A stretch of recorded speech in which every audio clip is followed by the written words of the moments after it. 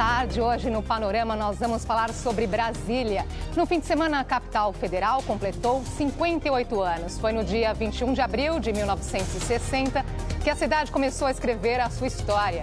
E hoje, quase 6 décadas depois, o que primeiro vem à sua mente quando você pensa em Brasília? Quando você pensa em Brasília, você pensa o quê? Ixi, aquilo tá uma bagunça, tá um lixo. Eu acho que Brasília virou a cidade dos corruptos. Antigamente. E por um acaso eu nasci no dia da inauguração de Brasília. Considero Brasília como um ícone, um emblema da nossa democracia, que precisa ser aperfeiçoada, né? Primeiro pela memória, né? Uma ótima arquitetura, né? De Oscar Niemeyer, é claro que a gente não vai deixar de lembrar disso, né? A contradição de tudo que foi construído, do povo que tem lá, da história de Brasília, né? Que não é só de Brasília, é do Brasil, e ao mesmo tempo oportunismos para transformar o Brasil e também a nossa história numa injustiça, numa falta de democracia, numa roubalheira. Para falar sobre os 58 anos da nossa capital, recebemos Celso Laffer, professor emérito da Universidade de São Paulo e ex-ministro das Relações Exteriores, e também Roberto Romano, professor de Ética e Filosofia da Universidade de Campinas. E você pode participar aqui desta conversa com as suas perguntas e comentários. Pode ser pelo Facebook e também pelo nosso Twitter. Use a hashtag Panorama TV Cultura. Muito obrigada por ter aceitado o nosso convite. Vamos começar, acho que, com essa primeira pergunta que foi feita pelas pessoas, as pessoas nas ruas, né? O que primeiro vem à mente quando falamos em Brasília? Professor. Bom, naturalmente as pessoas que falaram estão registrando uma sensibilidade positiva ou negativa que Brasília suscita hoje, não passados tantos anos da sua inauguração. Para mim, que tenho uma outra experiência e que eu fui a Brasília por ocasião da inauguração, ela tem um sentido simbólico diferente, não? A ideia de transferir a capital para o interior do país é uma ideia do século XIX. Ela é uma ideia que surge com a independência, não? A ideia de ter uma capital no interior, do ponto de vista da segurança, da defesa. Há um caso interessantíssimo de Varnhagen, que é o Visconde de Porto Seguro, que, além de um grande historiador, era um diplomata, foi em lombo de burro para identificar onde deveria ficar a nova capital. E ele chegou a uma localização próxima de Brasília, não? De onde hoje é a Brasília. A ideia da mudança da capital para o interior consta da Constituição Republicana e de todas as demais constituições que se sucederam à Constituição de 91. E sempre o que animava esta perspectiva era a ideia da interiorização do país, do sentido de ir além do litoral, como nós estávamos conversando com o Roberto, da marcha para o oeste, não? Para o sentido da ocupação do território nacional. E para o Juscelino, Brasília foi a meta síntese, não? Do seu governo, como ele mesmo dizia. E o Malraux, grande ministro francês da cultura, que foi a Brasília na época da sua construção, definiu Brasília e o governo do Juscelino com base num tríptico, não? Audácia, confiança e energia. Audácia, confiança e energia, tudo muito positivo, não é, professora? Muito positivo. A gente vê essa percepção hoje das pessoas, até o momento atual que nós estamos vivendo, inevitavelmente elas dizem, né, associa Brasília ao que é a corrupção. Isso aconteceria se estivesse a capital em qualquer outro local? Salvador, Rio de Janeiro, professor? Eu creio que sim. É muito temerário falar sobre Brasília e o Estado brasileiro com o Celso Laffer, que é um dos maiores nomes no campo. Mas eu diria, apenas para acrescentar um pouco, sobre a importância geopolítica dessa ocupação. Você não pode ter um território tão grande, herdado de 5 séculos, desprotegido, sem o seu próprio povo ocupando, né? E esse processo ainda não terminou. Você ainda está, digamos, colonizando o interior brasileiro, né? E isso é fundamental porque, veja, sempre que se fala em questão de segurança, esses temas que são do cotidiano, se esquece a questão da fronteira, né? E quem salvaguarda a fronteira nacional. Você pode ter um exército controlando essa imensa fronteira brasileira, mas se você não tiver população ali, evidentemente ela fica desprotegida, né? Então, esse é um fato positivo.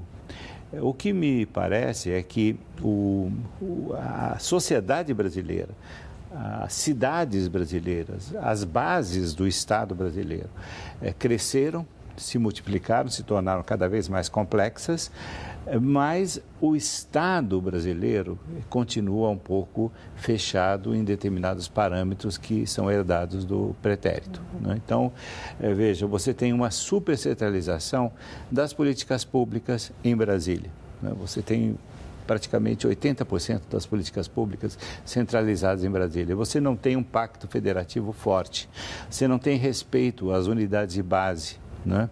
Então, é necessário que, a partir desse aproveitamento do espaço, essa urbanização, nós tenhamos a coragem de modificar ou, digamos, adornar, né, essa estrutura do Estado brasileiro. Aqui no seu livro, professor JK, e o programa de metas, nós estamos vendo ali imagens, inclusive, do Juscelino. O senhor faz a seguinte pergunta: por que, né, o Juscelino JK está tão presente no imaginário da política brasileira? Por quê? Eu acho que o Juscelino tinha características de personalidade que eram muito atraentes, não? Ele fez uma carreira política, digamos assim, com características tradicionais. Ele foi deputado, ele foi prefeito, foi governador, depois virou presidente da República, mas ele era, ao mesmo tempo, um grande inovador, não? Fez um governo em Minas caracterizado pelas metas de infraestrutura, enfim, transportes e energia. Foi um prefeito de Belo Horizonte que trouxe o Niemeyer e o Portinari para o desenvolvimento da cidade. Portanto, ele juntava o novo e o moderno com grande talento. Depois, de um outro lado, ele era uma pessoa que não tinha medo do mundo, não? Ele estudou no exterior, ele fez viagens no exterior jovem, nos anos 30, mas ele era uma pessoa profundamente vinculada ao seu país, não se sentia bem mesmo no solo nacional, não? Então, tinha essa dimensão de uma pessoa que era aberta para o mundo e para suas desafios e realidades, mas tinha uma dimensão profunda das suas raízes. Ele era, ao mesmo tempo, um raro presidente que, naquela época, governou com a televisão e com o avião, não? Essa história de ocupação do espaço nacional também veio a ele pela ideia de ir ao país como um todo, como nenhum outro presidente tinha ido antes, com os meios de transporte. Inclusive, durante a construção de Brasília. Ele ia e vinha. Ele também tinha uma grande imaginação administrativa, não? Porque, por exemplo, ele criou a Nova Cap, que foi quem construiu Brasília, confiando a ela ao Israel Pinheiro, que era um grande engenheiro, ligado a ele também, ligado a Minas, e assim sucessivamente. Ele era capaz de juntar pessoas de grande imaginação com pessoas de grande saber técnico. E era uma pessoa de uma sedução pessoal, de um encanto pessoal extraordinário. Eu, para fazer o meu livro, que é a minha tese de doutoramento, entrevistei muitas vezes o Juscelino. Então, eu tive com ele o prazer de um contato pessoal. E ele era uma pessoa encantadora. Tinha uma característica para definir. Ele sabia quem ele era, o que ele tinha feito, mas ele não fazia disto uma ostentação. Ele tratava as pessoas com um à vontade, sereno, e todos gostavam de estar na companhia dele. Vou aproveitar que chamar um outro VT aqui para voltar um pouquinho mais nessa história, né? A ideia de mudança da capital federal para a região centro-oeste já existia desde o Brasil colônia, mas o projeto só começou a sair do papel muito tempo depois. Os planos de levar a capital ao interior do país já estavam na Constituição de 1891, a primeira do período republicano. Mas foi somente no governo de Juscelino Kubitschek que o plano saiu do papel. Depois da posse, em janeiro de 1956, JK disse que a construção da nova capital seria a grande meta de integração nacional, uma forma de romper com a velha vocação agrícola do Brasil. Um ano depois, era formada a comissão julgadora do concurso público para a escolha do plano piloto da futura capital. A construção dos edifícios coube ao arquiteto Oscar Niemeyer, autor do bairro da Pampulha, em Belo Horizonte, quando Juscelino ainda era prefeito da cidade. O urbanista Lúcio Costa foi o escolhido para realizar o projeto. Brasília nasceu de um sinal da cruz, 2 eixos que se cruzam em ângulo reto. No eixo rodoviário, dividido em asas norte e sul, ficariam os moradores. No monumental, os prédios do governo.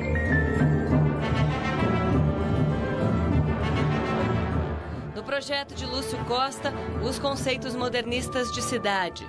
O automóvel no topo da hierarquia viária, facilitando o deslocamento. Uma das marcas da cidade é a ausência de esquinas.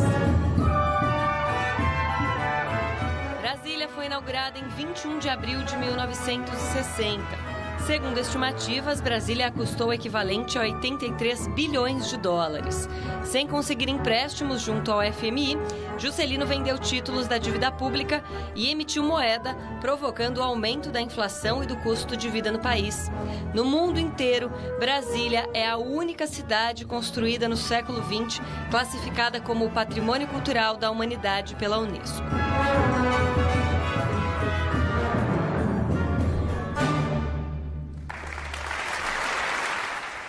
Você erguer uma cidade planejada no meio do cerrado com uma arquitetura super moderna, podemos considerar uma história épica? Daria um filme? Acho que daria. E a mãe do Juscelino, quando viu o negócio, disse só o nonô teria feito isso. Agora, eu teria uma pequena nota. Se discute muito se esse plano partiu de uma cruz ou de um aeroplano. Uhum. Os arquitetos que estudam o legado todo, o que dá uma ideia bem mais dinâmica da cidade, né? Quer dizer, tendo em vista que você estava numa marcha, você estava num caminho para conquistar o território, né? O outro ponto que eu gostaria de salientar, e que o Celso já disse bem, mas que há uma palavra para definir uma personalidade como essa, chama-se estadista, que está saindo dos dicionários porque a coisa está desaparecendo, né? Então, ele era um estadista, né? Ele governava, existem até críticas sobre o seu possível autoritarismo, etc., mas ele governava, ele sabia que governava, mas ele tinha a capacidade da persuasão e tinha a capacidade de pensar alto e de imaginar, né? Hoje, no mundo todo, você tem uma carência de estadistas. Então, é algo que precisa ser recuperado. E no Brasil, particularmente, né? Então, uma coisa muito complicada. Eu diria, e essa visão de estadista, eu conheço melhor um certo ponto. A Catedral de Brasília foi imaginada como um templo ecumênico, não foi imaginada como um templo católico.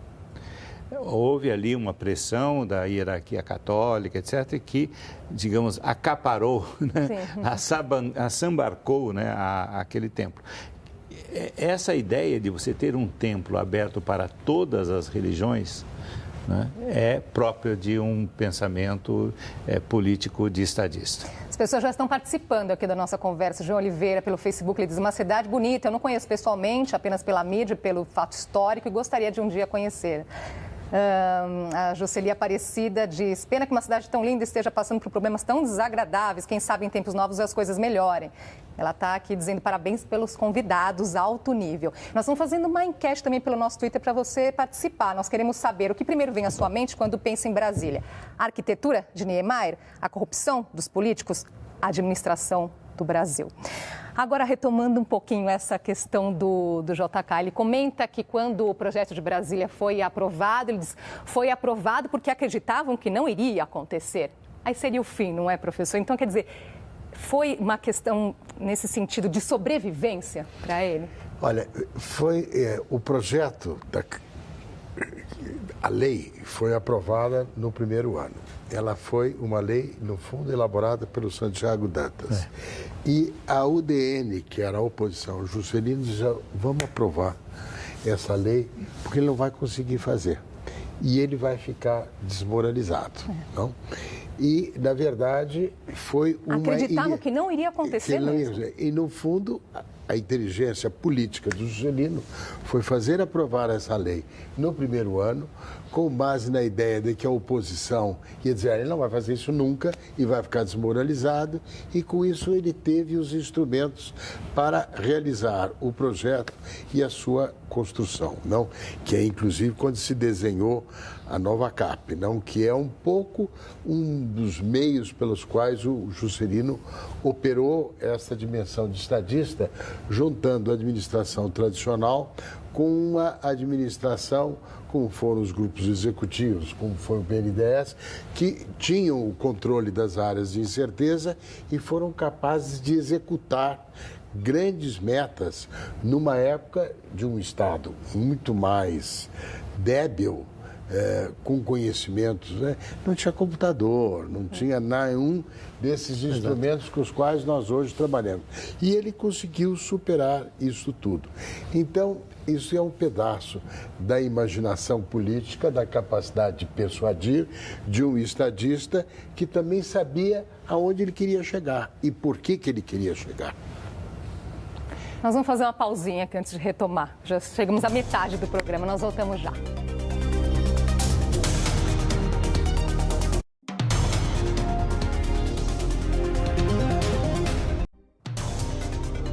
Já estamos de volta com o Panorama e hoje falamos sobre os 58 anos da inauguração de Brasília. Com a gente, Celso Laffer, professor emérito da USP e ex-ministro das Relações Exteriores, e Roberto Romano, professor de Ética e Filosofia da Unicamp. Continue participando aqui da nossa conversa. Professor, fazer essa mudança da capital para o meio do Cerrado foi bom para quem e para quem não foi? Olha, foi bom para o Brasil, foi bom para o mundo. Eu estou falando com uma pessoa que trabalha no plano diplomático e veja, o fato de você ter um país fortalecido em termos populacionais, em termos econômicos, etc., mais integrado, inclusive, define o lugar do Brasil no conceito das nações. O Celso estava falando do aspecto diplomático da inauguração. Foi, além de simbólico, foi uma realidade. O Brasil estava se integrando por uma outra via que não aquela praticada até os anos 50. Então, esse é um ponto que precisa ser visto, né? Quer dizer, você não pode apenas julgar um fato como esse, com essa relevância, uma criação de uma capital, de uma maneira apenas local. Sim. Você não pode pensar dessa maneira, você tem que pensar em termos mundiais. E Brasília é um fenômeno, digamos, diplomático, político, econômico, até mesmo religioso mundial. Eu acho que a observação do Roberto é perfeita, porque no trabalho diplomático você tem a representação política, você tem a representação jurídica, mas você tem também a representação simbólica. O que um país representa significa para os outros. E Brasília significou um símbolo de um Brasil voltado para o futuro com audácia, confiança e energia. E o Juscelino encarnou isso de uma maneira admirável. Também o Palácio do Itamaraty, em Brasília, é um dos mais belos edifícios de Brasília. E ele é um local perfeito para juntar o tradicional com o novo, de uma maneira muito expressiva, não? Por isso que ele tem uma força de atração muito grande. É realmente um dos prédios mais bonitos, não só da capital, mas do Brasil, mas também um prédio que, pela sua decoração, por aquilo que tem lá de pintura, é muito simbólico daquilo que é o Brasil, sua cultura e a sua presença. Agora, olhando para esse momento da construção de Brasília, grandes prédios, obras modernas, quilômetros de rodovias, políticos, empreiteiras, não é, professor? O que não mudou de lá para cá? Que vale chamar a atenção. Veja, não mudou no seguinte sentido: você tem um aproveitamento da coisa pública por setores privados que não são ortodoxos do ponto de vista ético, né?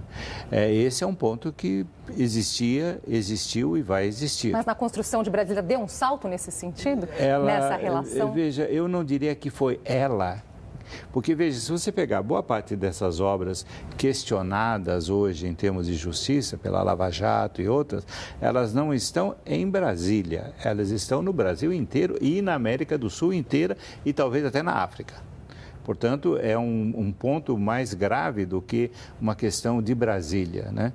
E acho que se não tivéssemos uma capital como Brasília, se não tivéssemos esse incremento também populacional, essa urbanização, nós não teríamos a vigilância que nós estamos assistindo nos dias de hoje. Hoje, uma pessoa que está no interior do Acre tem condição de acompanhar em tempo real o que ocorre no Rio Grande do Sul e vice-versa. Então, isso se deve a esse movimento para o oeste, né? Então, eu acho que quando nós vamos julgar a história brasileira, nós temos que ter a coragem de identificar os pontos negativos, mas também temos que verificar aquilo que há de positivo e de importante não apenas para o Brasil, mas para o mundo. Eu insisto nesse ponto. Eu estou de inteiro acordo com o que diz o Roberto. É claro que a construção de Brasília representou escala. E, na medida em que representou escala, ela favoreceu a criação de grandes companhias. O que ela significou para as empreiteiras, professor? Escala de obras e incremento de engenharia, claro, e de qualidade de engenharia. Porque nessa discussão toda das empreiteiras, de um lado há todo esse aspecto horroroso que é esta relação ilegítima e inaceitável entre o poder público, o dinheiro e as empreiteiras. Mas representou também a criação de empresas de grande qualificação técnica de nível internacional. Então, Brasília também marcou isto. Agora, vale a pena, como diz o Roberto, mencionar o seguinte: o enterro de Juscelino foi enterrado em Brasília. E este foi um grande momento do processo de redemocratização. Não foi apenas a gratidão da cidade pelo seu fundador, foi um momento inaugural do processo de redemocratização do país. Assim como a Constituição de 88 e a Constituinte foram também momentos de grandes de mudança nesse sentido. Gostaria então de terminar com isso, né? Já que destacaram aqui pontos positivos, não é, que é importante, sem dúvida, do que nós devemos nos orgulhar também. Vou até dar aqui o resultado da nossa enquete que foi feita, né? O que primeiro vem à mente quando você pensa em Brasília: 80% aqui das pessoas que participaram disseram a corrupção dos políticos. Em segundo lugar, 13% veio a arquitetura de Niemeyer e 7% a administração do Brasil. Quer dizer, a maioria que tem essa lembrança da corrupção. É ilusão a gente dizer acabar com a corrupção, acho que não é por aí, não é? Mas qual seria o caminho, então, para mudar um pouco essa percepção, professor? Olha, o que eu diria, se é para terminar mesmo, né? Eu diria o seguinte: quando você tem o não mais, né? Não vá além, né? Não ultra, né? É porque você conseguiu chegar perto. Então, você tem condição de ir além, sim, né? Esse aviso dos deuses, não vá além, né? Não vale para um povo valoroso, né? Para um povo bravo. E o povo brasileiro tem conseguido grandes vitórias e eu acho que ele vai conseguir mais, né? Eu acho que essa onda de pessimismo no país, né? Essa onda é muito ruim, e aí eu falo como professor de ética, né? É necessário que você acredite na sociedade em que você vive. Se você se dedica apenas a denegri-la, falar mal dela, procurar os maus elementos, eu acho que você está também atrasando, né? Acho que é tempo, nesse momento de crise, de pré-eleição, de pensar nisso. O professor esteve na inauguração de Brasília e disse que tinha muito esse sentimento de otimismo em relação ao nosso país, que pode ser resgatado hoje. Eu acho que pode, eu acho que o Roberto colocou muito bem. Eu creio que estas polarizações tão fortes da sociedade brasileira hoje, acompanhadas de um pessimismo, não nos ajudam a encontrar o caminho do futuro. Eu acho que a sociedade brasileira, o Brasil, é um país de grandes recursos humanos, materiais, e que está ao nosso alcance encontrar um rumo adequado para superar essas dificuldades. E ficar mergulhado no pântano do desespero ou na exasperação, achando que todos são iguais, não é o caminho. Não é o caminho, e não é o caminho que nos levará para frente, não? Para citar São Paulo, que o Roberto conhece mais do que eu, São Paulo dizia que a esperança não decepciona. Então eu sigo por aí. É o que nós esperamos, sim. Muito obrigada pela presença aqui hoje com a gente. Passou rapidinho. Até uma próxima oportunidade. E a gente fica por aqui. Inscreva-se no nosso canal no YouTube. Lá estão todos os nossos programas anteriores. Muito obrigada pela sua companhia. Uma ótima tarde para você. Brasília tem centros comerciais, muitos porteiros e pessoas normais. E a luz ilumina, os carros só passam, a morte tranquila e as baratas se arrastam. Os prédios se habitam, as máquinas param, as árvores enfeitam, a polícia controla.